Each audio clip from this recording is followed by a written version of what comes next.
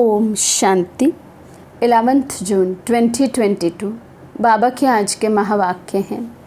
बाबा समझाते, मीठे बच्चे, ब्राह्मण बनकर कोई ऐसी चलन नहीं चलना जो बाप का नाम बदनाम हो। धंधाधोरी करते सिर्फ श्रीमत पर चलते रहो।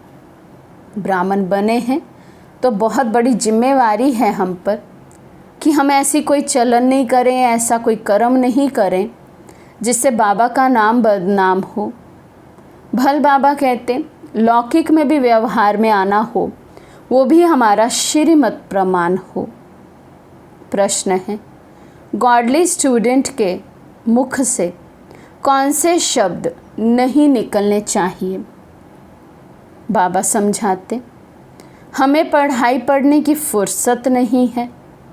ये शब्द तुम्हारे मुख से नहीं निकलने चाहिए। बाप कोई बच्चों के सिर पर आपदा नहीं डालते, सिर्फ कहते हैं सवेरे सवेरे उठ, एक घड़ी आधी घड़ी मुझे याद करो और पढ़ाई पढ़ो। बाबा हम बच्चों पर कोई बोझ नहीं डालते हैं, हमारी ही भलाई के लिए, हमारे ही कल्याण के लिए बाबा अपना घर परम धाम छोड़ यहाँ इस पतित दुनिया में आते हैं और हमें आदेश देते हैं कि सुबह उठकर बाबा को याद करना है और पढ़ाई पढ़नी है। तो बाबा कहते जो बच्चे बोझ समझते हैं उनके ही मुख से ये शब्द निकल सकते हैं कि हमें पढ़ने के लिए फुर्सत ही नहीं। बाकी गॉडली स्टूडेंट के मुख से बाबा कहते ये शब्द नहीं निकलने चाहिए। दूसरा प्रश्न है, मनुष्यों का प्लान क्या है और बाप का प्लान क्या है? बाबा समझाते, मनुष्यों का प्लान है सब मिलकर एक हो जाएं। नर चाहत कुछ और बाप का प्लान है झूठ खंड को सचखंड बनाना। तो सचखंड में चलने के लिए ज़रूर सच्चा बनना पड़े। गीत है आज के इंसान को। ओम शांति। बच्चे भी कहते हैं ओम शांति। आत्माएं कह सकती हैं इस शरीर द्वारा ओम शांति। अहम आत्मा का स्वधर्म है शांत, ये भूलना नहीं है। बाप भी आकर कहते ओम शांति। जहाँ तुम बच्चे भी शांत रहते हो वहाँ बाप भी रहते हैं। जहाँ हम बच्चे शांत रहते अर्थात शांति धाम परम धाम में रहते हैं, बाबा भी वहीं के रहवासी हैं। वे हैं हमारा शांति धाम व घर। दुनिया में कोई भी विद्वान आचार्य इन बातों को नहीं जानते। कह देते हैं आत्मा सो परमात्मा। आत्मा का भी किसी को ज्ञान नहीं है कि आत्मा क्या है। इतनी करोड़ आत्माएं स्टार मिसल है। हर एक आत्मा में अपना अपना अविनाशी पाठ नूंधा हुआ है जो समय पर इमर्ज होता है। ये बाप बैठ समझाते हैं। बाप भी जीवात्मा बनने बिगर जीवात्माओं को समझा ना सके। बाबा को भी मनुष्य आत्माओं से जब बात करनी है, उनको समझाना है तो मनुष्य तन का आधार लेना होता है। बिगर मनुष्य तन के आधार के तो परमात्मा भी हमसे बात ना कर सके। तो बाबा कहते मुझे भी ज़रूर शरीर चाहिए ना। शरीर तब लेना होता है जब रचना रचनी होती है। प्रजापिता ब्रह्मा द्वारा रचना करते हैं। रचयिता तो है निराकार शिव। प्रजापिता ब्रह्मा द्वारा ब्रह्मा कुमार कुमारियों को समझा रहे हैं, शूद्रों को नहीं। अब हमारा है ब्राह्मण वर्ण। पहले शूद्र वर्ण में थे, उनके आगे वैश्य वर्ण, क्षत्रिय वर्ण। दुनिया इन बातों को नहीं जानती है। बरोबर ब्राह्मण सो देवता, फिर क्षत्रिय, वैश्य, शूद्र, ब्राह्मणों की चोटी है ना। आगे ब्राह्मण गऊ के खुर जितनी चोटी रखते थे। तुम बाजोली खेलते हो, मैं तो नहीं खेलता हूँ। हम आत्माएं ऊपर से नीचे उतरती हैं। सतो प्रधान आत्मा से हम तमो प्रधान बनते हैं, फिर तमो प्रधान से पुरुषार्थ कर सतो प्रधान बनते हैं।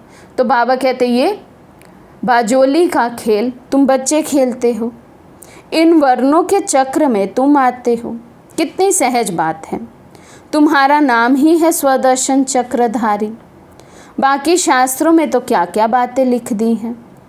तुम समझते हो हम ब्राह्मण ही स्वदर्शन चक्रधारी बनते हैं, परंतु ये अलंकारों की निशानी देवताओं को दी है, क्योंकि वे संपूर्ण हैं, उन्हों को ही शोभते हैं। इस नॉलेज को धारण करने से तुम फिर चक्रवर्ती राजा बनते हो। अभी सन्मुख बैठे हो, ये है रुद्र ज्ञान यज्ञ।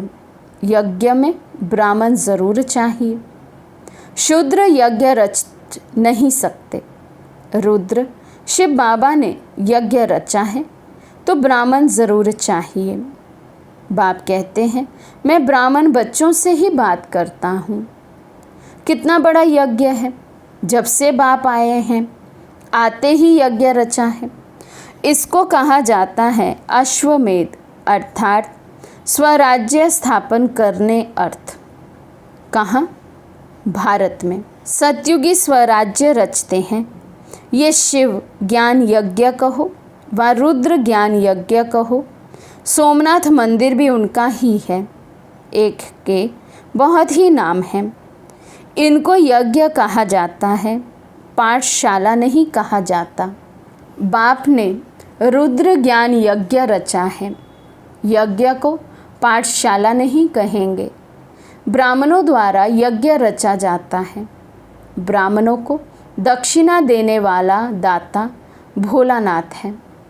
उसको कहते ही हैं शिव भोलानाथ भंडारी। अब तुम सन्मुख बैठे हो। बाप दादा ने बच्चों को एडॉप्ट किया है। ये है बड़ी मम्मा। ब्रह्मा बाबा बड़ी मम्मा है। फिर माताओं की संभाल के लिए मम्मा मुकर्रर की जाती है। वे सबसे तीखी जाती है। इनका पाठ है मुख्य। वे है ज्ञान ज्ञानेश्वरी जगत अम्बा। महालक्ष्मी को ज्ञान ज्ञानेश्वरी नहीं कहेंगे। लक्ष्मी माना धन देवी। कहते हैं ना इनके घर लक्ष्मी है, अर्थात संपत्ति बहुत है। लक्ष्मी से संपत्ति ही मांगते हैं।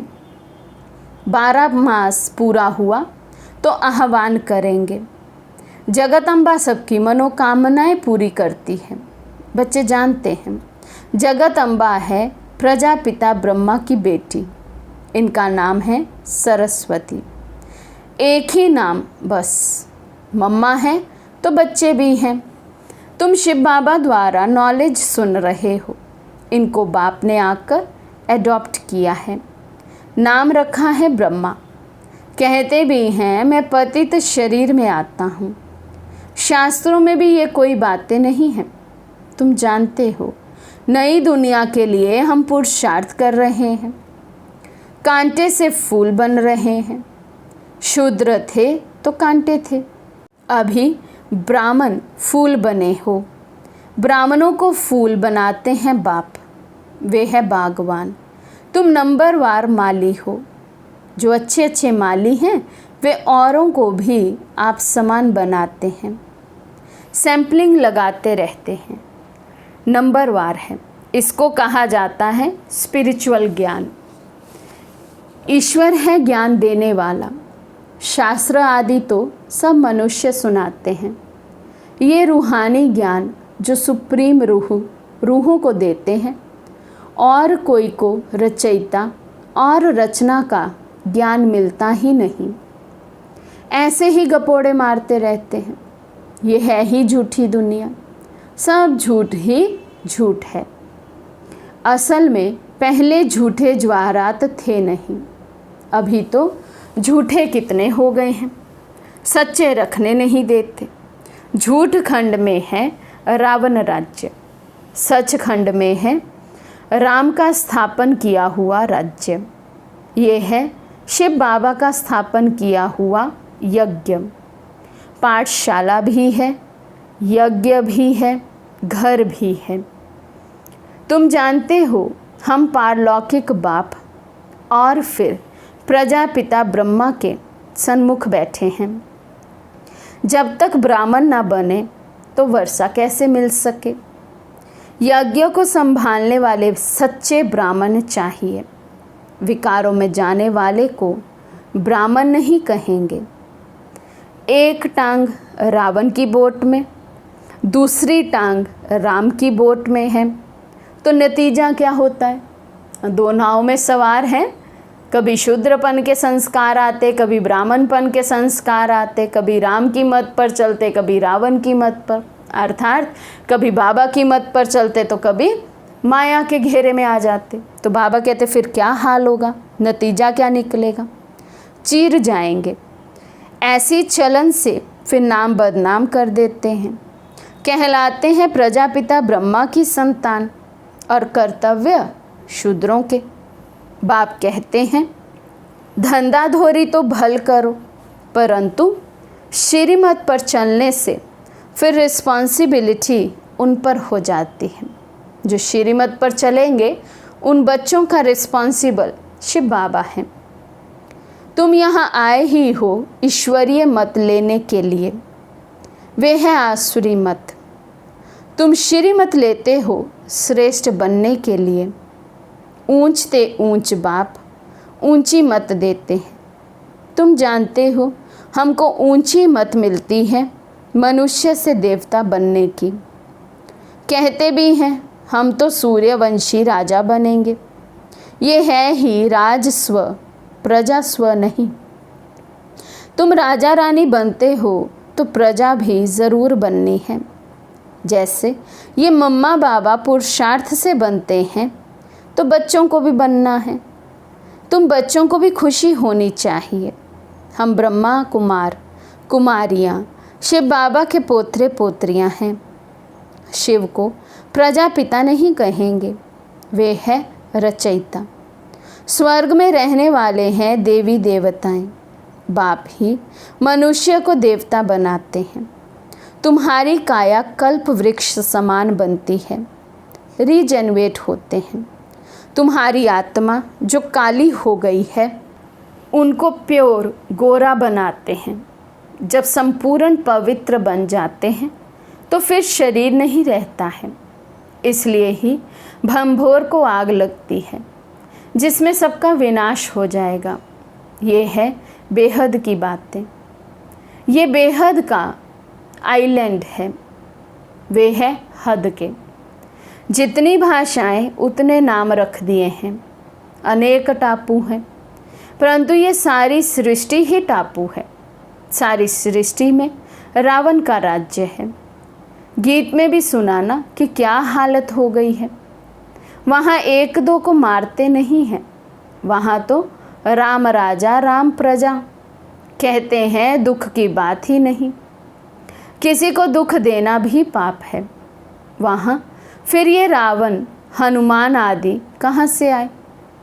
तुम कह सकते हो पहली मुख्य बात गॉडफादर कहते हो तो वे सर्वव्यापी कैसे हो सकता है? फिर तो फादरहुड हो जाता है। हर आत्मा में परमात्मा का वास है तो फिर तो फादरहुड हुआ, सब पिता ही हुए। परम पिता कहा जाता ना, तो सब पिता पिता ही हुए। तो कौन किसको वर्षा दे? सब फादर ही फादर तो हो ना सके। अब तुम बच्चों को ये समझाना है आधा कल्प तुमने झूठी कमाई की है, अब सचखंड के लिए सच्ची कमाई करनी है। दूसरी आत्माओं को ईश्वरीय संदेश देना, ईश्वरीय सेवा करना, बाबा कहते यही सच्ची कमाई है। इस कमाई को करने का यही एक समय, यही एक मौका है। आधा कल्प तो बाबा कहते झूठी कमाई की, विनाशी कमाई की। तो वे भी शास्त्र आदि जो सुनाते हैं कमाई के लिए ना, शिव बाबा तो ये शास्त्र आदि कुछ भी पढ़ा हुआ नहीं है। वे हैं ही नॉलेजफुल, ज्ञान का सागर। वे सत्य हैं, चैतन्य हैं। अभी तुम बच्चे जानते हो बाबा से हम सच्ची कमाई सचखंड के लिए कर रहे हैं। झूठ खंड विनाश होता है, देह सहित ये सब विनाश होना है। तुम सब देखेंगे कि कैसे लड़ाई लगती है। वे समझते हैं सब मिल जावे, परंतु फूट पड़ती जाती है। नर चाहत कुछ और। उनका प्लान है सब विनाश के लिए। ईश्वर का प्लान क्या है, सो अब तुम बच्चे जानते हो। बाप आए ही हैं झूठ खंड को सच खंड बनाने के लिए, मनुष्य को देवता बनाने। सत्य बाप द्वारा तुम सच्चे बनते हो और रावण द्वारा झूठे बनते हो। बाप ही सत्य ज्ञान देते हैं। तुम ब्राह्मणों का हाथ भरतू होगा, बाकी शूद्रों का हाथ खाली रहेगा। तुम जानते हो हम सो देवी देवता बनेंगे। अब बाप सिर्फ कहते हैं, गृहस्थ व्यवहार में रहते कमल फूल समान बनो और मुझे याद करो। याद क्यों भूलनी चाहिए? जो बाप स्वर्ग का मालिक बनाते हैं उनको तुम भूल जाते हो। ये है नई बात। इसमें आत्म अभिमानी बनना पड़े। आत्मा तो अविनाशी है, एक शरीर छोड़कर दूसरा लेती है। बाप कहते हैं देही अभिमानी बनो, क्योंकि वापस जाना है। देह का भान छोड़ो। ये 84 जन्मों की सड़ी हुई जूती है। कपड़ा पहनते पहनते सड़ जाता है ना। तुमको भी ये पुराना शरीर छोड़ना है। अब काम चिता से उतरकर ज्ञान चिता पर बैठो। बहुत है जो विकारों बिगर रह नहीं सकते। बाप कहते हैं द्वापर से लेकर तुम इन विकारों के कारण ही महान रोगी बन पड़े हो। अब इन विकारों को जीतो, काम विकार में मत जाओ। ये शरीर तो अपवित्र पतित है ना, पावन बनो। यहाँ सभी विकार से पैदा होते हैं। सतयुग त्रेता में ये विकार होते नहीं। वहाँ भी ये हो तो बाकी उनको स्वर्ग, इनको नर्क क्यों कहा जाए? बाप कहते हैं शास्त्रों में तो कोई एम ऑब्जेक्ट ही नहीं है। यहाँ तो एम ऑब्जेक्ट है। हम अभी मनुष्य से देवता बन रहे हैं। बाप कहते हैं तुमने जो कुछ पढ़ा है उसे भूलो, उसमें कोई सार नहीं है। तुम्हारी चढ़ती कला एक ही बार होती है, फिर है उतरती कला। कितना भी माथा मारो, नीचे उतरना ही है, पतित बनना ही है। ये छीछी दुनिया है। तुम बच्चे जानते हो हमारा भारत स्वर्ग था, अभी नर्क है। पहले आदि सनातन एक ही धर्म था जो अब नहीं है। फिर उस धर्म की स्थापना होती है। बाबा फिर से ब्रह्मा द्वारा आकर स्थापना करते हैं। तुम भी कहेंगे हम फिर से राज्य लेते हैं। राज्य लेने के बाद फिर ये नॉलेज गुम हो जाएगी। ये नॉलेज पतितों को ही मिलती है पावन होने के लिए। फिर पावन दुनिया की नॉलेज क्यों रहेगी? लक्ष्मी नारायण के राज्य को कितने वर्ष हुए ये भी तुम जानते हो। कहते हो बाबा हम 5000 वर्ष बाद फिर से आए हैं राज्य लेने। हम आत्मा बाप के बच्चे हैं। मिसाल देते हैं, एक आदमी कहने लगा मैं भैंस हूँ, तो वे निश्चय बैठ गया। कहने लगा इस खिड़की से कैसे निकलूं? ये बात है तुम्हारे लिए। तो बाबा कहते इतना अभ्यास करना है कि मैं आत्मा हूँ, मैं आत्मा हूँ। ये निश्चय बैठ जाए कि मैं आत्मा हूँ, तो ये देह का भान ही खत्म हो जाए। तुम निश्चय करते हो कि हम बाबा के बच्चे हैं। ऐसे तो नहीं है मैं चतुर्भुज हूँ, ये कहने से बन जाएंगे। बनाने वाला ज़रूर चाहिए। ये है नर से नारायण बनाने की नॉलेज। जो अच्छी रीति धारण कर और कराएंगे वही ऊंच पद पाएंगे। स्टूडेंट्स ऐसे कह ना सके कि हमको फुर्सत नहीं है पढ़ने की, फिर तो जाकर घर बैठो। पढ़ाई बिगर वर्षा मिल ना सके। गॉड फादरली स्टूडेंट्स फिर कहते हैं फुर्सत नहीं। बाप का बनकर फिर फारगती दे देते हैं। तो बाप कहेंगे तुम तो महान मूर्ख हो। एक घड़ी आधी घड़ी तुमको फुर्सत नहीं है। अच्छा, सुबह को सवेरे बैठ बाबा को याद करो। कोई आपदा सिर पर नहीं डालते हैं, सिर्फ सवेरे उठ बाप को याद करो और स्वदर्शन चक्र फिराओ। औरों का नहीं तो अपना कल्याण करो। रहम दिल बन जितना औरों का कल्याण करेंगे तो ऊंच पद पाएंगे। बड़ी ज़बरदस्त कमाई है। जिसके पास बहुत धन है वे कहते हैं फुर्सत नहीं। साहूकारों को वहाँ गरीब बनना है और गरीबों को साहूकार बनना है। सबसे जास्ती माताएं रोती हैं, उनको हंसाने वाला बनना है। निरंतर याद की यात्रा पर रहना है। मधुबन में शांति है तो बहुत कमाई कर सकते हो। अच्छा, मीठे मीठे सिके लदे बच्चों प्रति माता पिता बाप दादा का याद प्यार और गुड मॉर्निंग। रूहानी बाप के रूहानी बच्चों को नमस्ते। हम रूहानी बच्चों की रूहानी बाप दादा को दिल व जान सिक व प्रेम से नमस्ते नमस्ते नमस्ते जी। धारणा के लिए मुख्य सार। फर्स्ट पॉइंट, सचखंड के लिए सच्ची कमाई करनी है। आत्म अभिमानी होकर रहना है। इस सड़ी हुई जूती अर्थात शरीर का अभिमान छोड़ देना है। सेकंड पॉइंट, रहम दिल बन अपना और दूसरों का कल्याण करना है। सवेरे सवेरे उठ बाप को याद करते स्वदर्शन चक्र फिराना है। आज का वरदान है, शुभ भावना से व्यर्थ को समर्थ में परिवर्तन करने वाले होली हंस भव। शुभ भावना से व्यर्थ को समर्थ में परिवर्तन करने वाले होली हंस भव। होली हंस उसे कहा जाता है जो नेगेटिव को छोड़ पॉजिटिव को धारण करे। देखते हुए सुनते हुए ना देखे ना सुने। नेगेटिव अर्थात व्यर्थ बातें व्यर्थ कर्म ना सुने ना करे और ना बोले।